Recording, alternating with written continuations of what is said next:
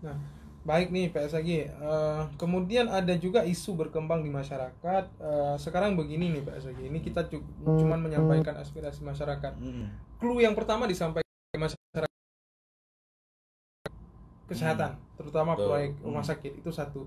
Kemudian juga masyarakat juga meminta sebenarnya ya katanya begini. Orang meninggal itu setiap bulan, setiap hari memang ada dengan apa istilahnya dengan penyakit-penyakit penyertanya. Pernah tidak rumah sakit itu mempublikasi bagaimana angka kematian di sebelum Covid ya, kemudian dengan angka kematian di masa Covid ini. Jangan-jangan jumlahnya juga sama, yang meninggalnya juga diabetes meletus, ada yang meninggal pneumonia, ada yang meninggal dengan stroke, paru-paru segala macam. Hanya saja ini karena mungkin isunya global jadi heboh. Jangan-jangan angka kematiannya sama. Pernah nggak Pak Esa gini pemerintah mengkaji sejauh ini? Ya, yang pertama menyangkut isu bahwa ini proyek negara tertentu untuk menghancurkan ekonomi negara tertentu yang lain. Kemudian ada yang mengatakan ini proyek pemerintah, ada yang juga proyek kesehatan. Tapi bagi kita sebagai personal, mau dia proyek orang siapapun, yang penting kita jangan sakit kan? Betul. Kan itu yang paling penting dulu daripada panjang lebar kita kan? Karena sebenarnya informasi ini juga informasi berantai. Kalau kita kamu dengar dari mana? Dari kawan saya, cari kawan. Nggak, sumber informasinya juga tidak akurat valid. Ya. Tapi kalau kita cek di media sosial, ketika cek fakta, itu banyak berita-berita sebenarnya terbantahkan. Tapi kan hanya kelompok menengah yang bisa melakukan itu. Nah, yang kedua, angka kematian itu masih, apa yang menyebabkan penyakit ini berbahaya? Yang pertama, penularannya itu masif. Yang kedua, tidak ada obat sampai sekarang, itu belum ditemukan vaksinnya. Ya. Dan yang ketiga apa? Mematikan. Dan mematikan itu dalam waktu yang cepat gitu. Nah, kemudian ilmu pengetahuan selalu beranjak dari fakta-fakta yang sudah pernah ada. Ketika flu Spanyol dulu ada 50 jutaan orang meninggal di berbagai negara, termasuk tentu saja di Aceh. Nah, karena itu penyakit ini dianggap menjadi pandemi karena penularannya begitu cepat ke berbagai negara. Tidak lokal dia. Nah, kalau seandainya kematian karena kecelakaan tinggi di Indonesia, tapi lokal dia sifatnya. Kemudian juga penyakit jantung dan sebagainya.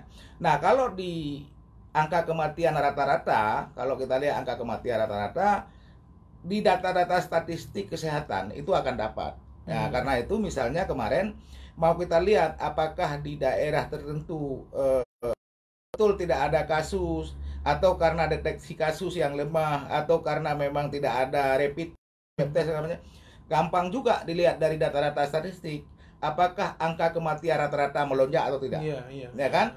Apakah angka kematian rata-rata melonjak atau tidak. Nah, data yang terakhir kita itu kan yang dipublikasikan data terakhir kan tahun lalu. Nah, yang tahun sekarang itu saya belum, nanti kita akan lihat lagi kembali, nanti kita publikasikan. Dan ini belum pernah kita publikasikan memang. Tapi kalau penyebab penyakit jantung, kecelakaan, saya kira sudah banyak terpublikasikan. Nah, ini tentu pemerintah ingin buka-bukaan ya soal angka kematian, karena untuk menjawab kegelisahan atau kecurigaan di masyarakat yang menganggap bahwa corona ini adalah salah satu proyeknya pemerintah dan sebagainya. Ya setidaknya pemerintah bisa menunjukkan angka real bagaimana angka kematian sebelum Covid dan setelah Covid ya. Kalau di Aceh, kalau secara kasat mata saja dengan kematian 10 orang gara-gara Covid, itu kan masih sangat rendah. Masih lebih tinggi angka kematian bayi, angka kematian ibu dan sebagainya. Tetapi kan bukan soal data itu kan statis. Kita nggak bisa menjamin bahwa ke depan bahwa angka kematian kita bisa kita pertahankan 10. Syukur-syukur bisa kita pertahankan 10. Tapi bisa kita belajar dari pengalaman negara lain. Misalnya negara-negara seperti Tiongkok di awalnya, kemudian di negara-negara seperti Italia gitu kan. Nah, sebetulnya juga secara spiritual Allah memberikan kita kesempatan belajar sebelum kita mengalaminya. Jadi kasus Indonesia pertama terjadi pada 22 Maret 22 yang diumumkan oleh Bapak Presiden. Nah, kita masih ada waktu sekitar seminggu untuk belajar dari sana. Kemudian juga kita sudah mulai memang sejak 26 Januari sejak mahasiswa di Wuhan. Jadi alhamdulillah kita memang diberikan kesempatan oleh Allah untuk belajar dari orang lain. dan Allah sendiri menghendaki kita orang terus yang belajar, melihat pengalaman orang lain menjadi pelajaran dari kita. Jangan sampai apa yang dialami oleh orang lain kita tunggu sampai kita mengalaminya. Nah, karena itu pencegahan. Saya sederhana saja Pak Subur, nggak mungkin dokter itu membuat proyek mematikan, bahkan mati kawannya sendiri, iya kan? Betul. Untuk sebuah jasa pelayanan. Nah, kalau mau dibuat semacam itu, saya pikir ada yang tidak beresiko.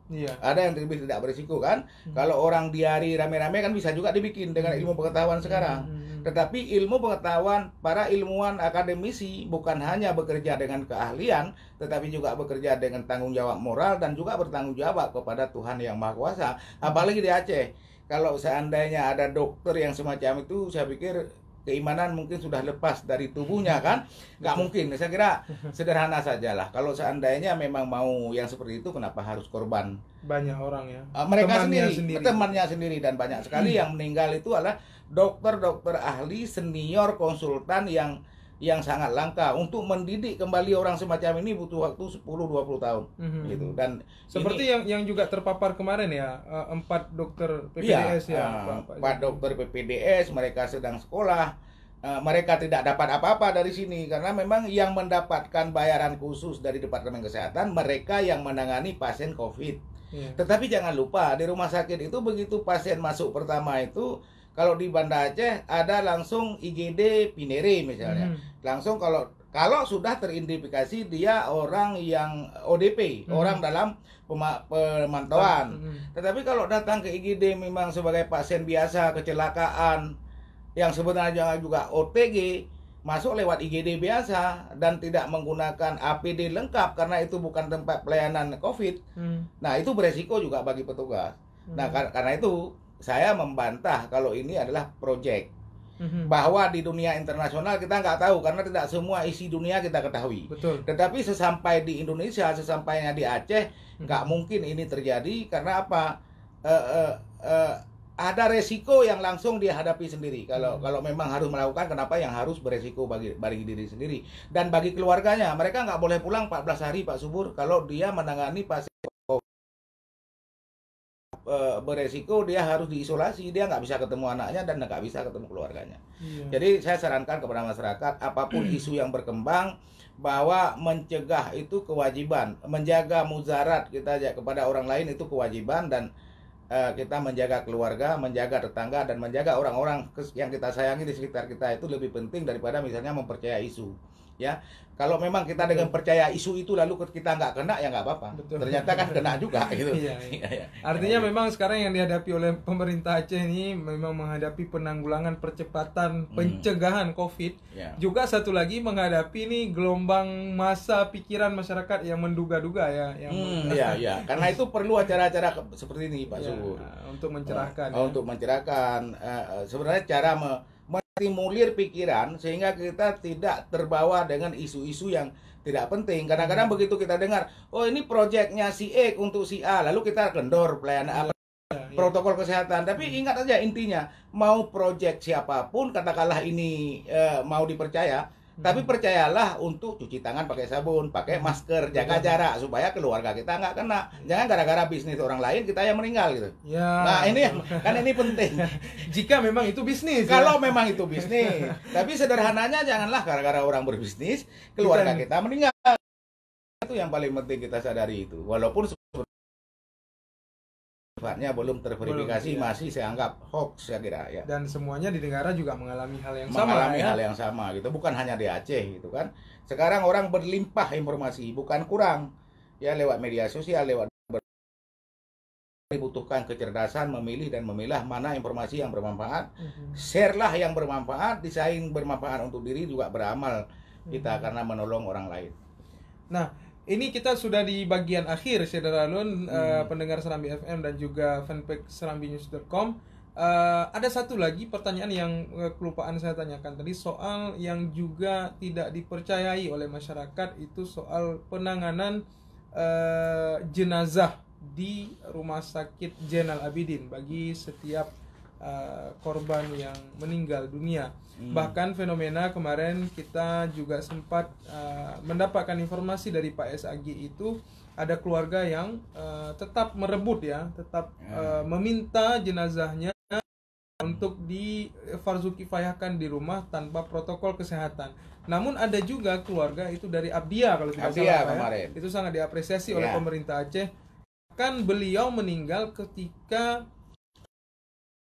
hasilnya, tapi keluarga ikhlas untuk difarzu kifayahkan secara protokol kesehatan. Nah, ini untuk menjawab masyarakat ini seperti apa nih Pak SAG? Ya, yang pertama kita bisa maklumi karena ini yang tadi kita sampaikan bahwa ini bukan sesuatu yang baru, yang lama atau sesuatu yang baru. Informasi kepada masyarakat beragam yang sampai. Ada yang mengatakan ini tidak disolatkan, tidak dimandikan.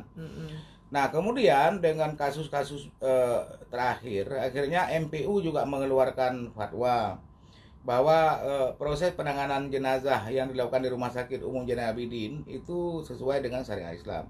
Tapi saya ingin sampaikan kepada seluruh masyarakat, memandikan jenazah di rumah sakit pemerintah dan rumah sakit swasta itu bukan sesuatu yang baru, bukan pada saat COVID ini saja.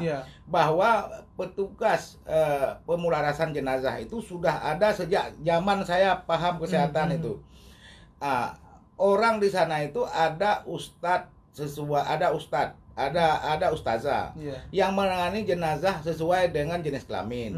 Dan mereka itu dilatih secara khusus untuk COVID ini menggunakan APD dan sebagainya. Jadi bukan gara-gara ada OPID lalu ada pemandian jenazah lalu mereka tidak bisa prosesi fardu kifayah secara Islami. Tidak.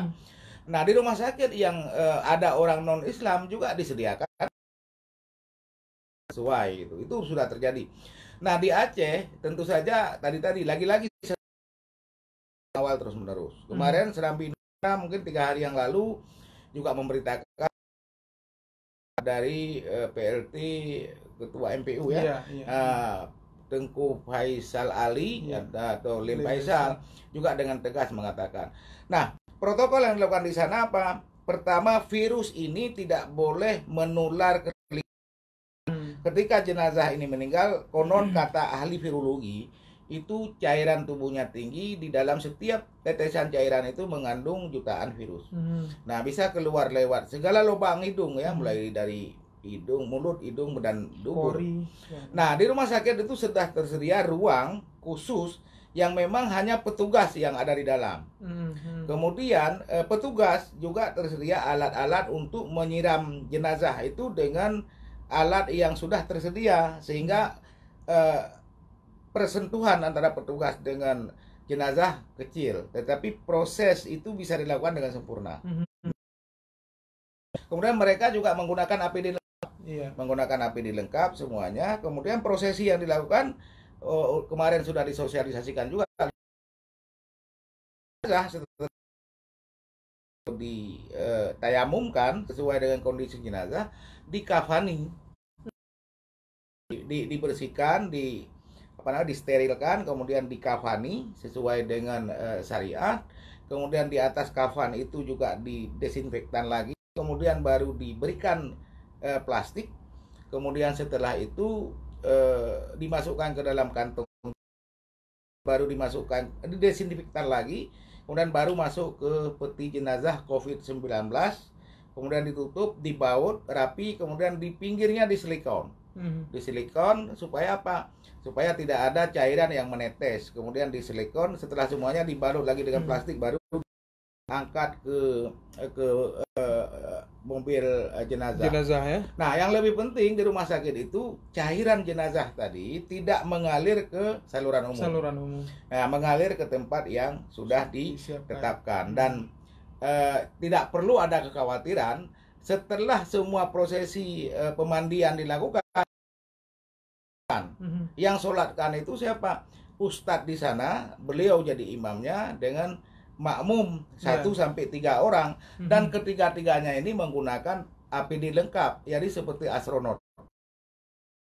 Demikian rupa dibuat supaya apa? Keluarga itu tidak terpapar. Kemudian orang-orang sekitar itu tidak ada potensi tertular. Sehingga apa?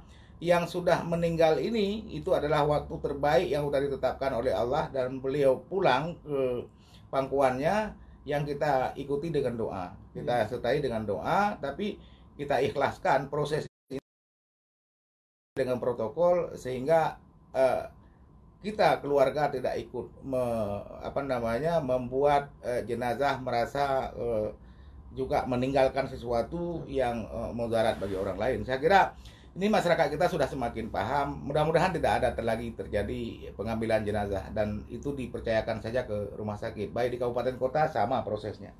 Ya, Pak Subur. Ya, terima kasih Pak Sagi ya. Bisa dibayangkan ya, Saudara Alun, bagaimana memang petugas medis yang saat ini menangani pasien di rumah sakit, kemudian juga pemulasaran jenazah ya, bagaimana mereka menangani ini semua. Mereka juga punya keluarga, mereka juga punya anak, punya istri dan segala macam. Tentunya ini mereka adalah pahlawan-pahlawan kita yang saat ini berada di garda terdepan. Nah, Saudara Alun, pendengar Serambi FM, juga fanpage penonton di fanpage serambinews.com, kita sudah sampai di bagian akhir.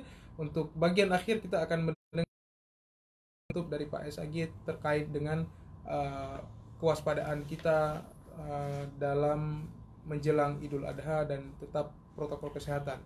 Ya.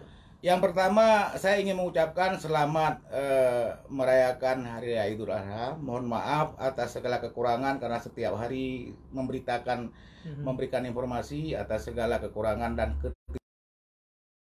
semuanya berkenan. Dan kalau ada kekurangan, sebelum melangkah untuk bersilaturahmi pada saat Hari Raya, mari kita nimbang-nimbang apakah memang keluarga yang menerima juga dalam keadaan happy atau tidak. Kalau memang tidak, ya sudah, kita putuskan silaturahmi lewat teknologi informasi. Kita mengirimkan ucapan selamat. Kepada orang tua juga kita masih bisa menggunakan video call dan sebagainya. Dan orang-orang tua kita di Aceh ini juga sudah terbiasa dengan kondisi ini. Saya lihat keluarga nenek-nenek kami atau nenek anak kami juga udah biasa dengan itu. Nah, yang berikutnya adalah panitia korban tentu kita berharap menjalankan protokol. Panitia pelaksanaan ibadah sholat Idul Adha juga menjalankan protokol. Tetapi yang paling penting dari semua itu supaya terjamin apa? Mungkin ada panitia yang terlambat.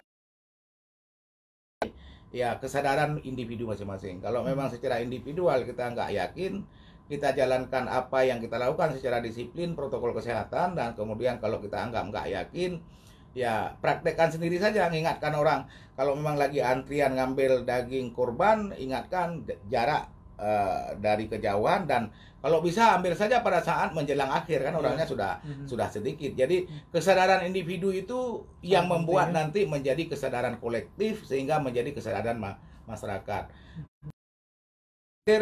Tentu saja kita tidak berharap kasus ini bertambah lagi. Kita tidak berharap COVID-19 mengambil korban jiwa lagi di Aceh. Nah, mari kita, pemerintah terus berikhtiar di provinsi dan di kabupaten kota ditindaklanjuti dalam bentuk yang lebih operasional, kemudian diikuti oleh masyarakat dengan penuh kesadaran. Dan jangan lupa, setiap tindakan pemerintah Aceh selalu di bawah dan bersama-sama dengan Majelis Permusyawaratan Ulama, menjaga dari sisi syariah Islamnya dan juga bersama Forkopimda yang lain, dan sama sekali tidak ada politis dalam hal ini. Ini adalah persoalan musibah yang melanda dunia, yang berimbas ke kita, dan ini adalah murni tindakan kemanusiaan untuk menyelamatkan kita semuanya. Saya juru bicara COVID-19, garansi bahwa saya besok tidak menular. Nah, karena itu mari kita bangun kesadaran bersama ini bahwa saling menjaga supaya virus corona bisa kita putuskan, dan kita doakan segera berakhir. Amin. Sehingga kita bisa hidup normal kembali. Terima kasih Pak Subur, terima kasih Serambi Indonesia, terima kasih kepada semua pendengar. Sekali lagi saya mohon maaf kalau ada yang kurang berkenan, dan kalau memang ada yang ingin bertanya, silakan, saya terus akan memberikan informasi kepada masyarakat.